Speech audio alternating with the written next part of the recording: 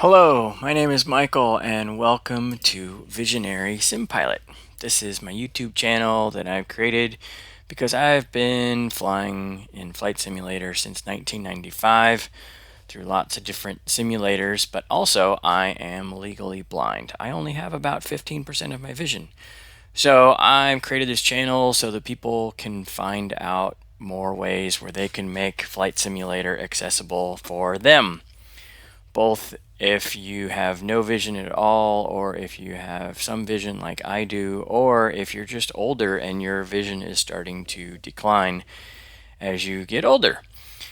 So there's lots of little tips and tricks to the whole thing, and that's what I'm here for, to show all sorts of different aspects, whether it's airports like Santa Rosa here, where I typically start and or end some of my flights, whether it's virtual airlines, like I belong to Platinum Airways, which is the livery of my aircraft here in the center of the screen, which has a nice open sky policies, gives you lots of different ideas on where you can fly, whether it is particular add-on aircraft that, this is a freeware version of the ATR 72 that I just jumped in, whether it's making things more easily to see better so that you can fly better. So this is like a 2D panel that I've made a little bit bigger, and then when I'm flying visually, I like to switch to this mode to where I just have a few instruments at the bottom and I have the rest of the screen to be able to see out, so that I just have airspeed, artificial horizon,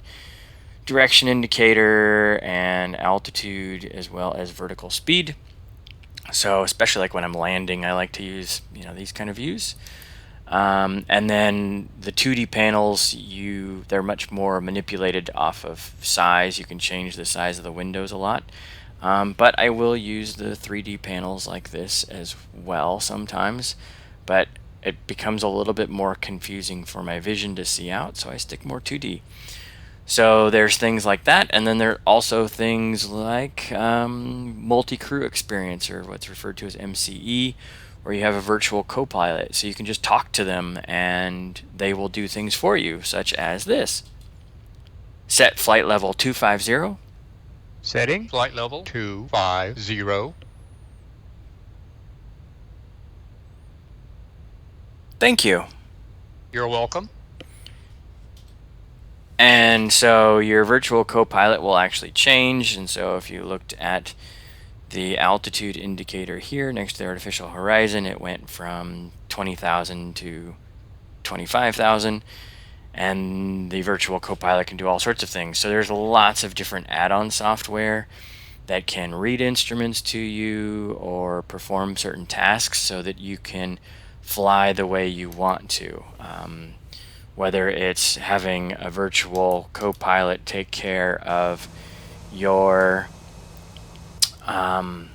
actual air traffic control, and that way it keeps you free for just flying the plane, or all sorts of other things. So that's kind of the whole thing. I try to make things fairly realistic, but at the same time I don't make them 100% realistic for myself all the time, because it's just not exactly what makes me happy. So I've created all this to try to share with all of you how you can make Flight Simulator super fun for you so that you really enjoy it. So please subscribe, put some comments in there and some likes, and ask me questions when you want me to cover new things.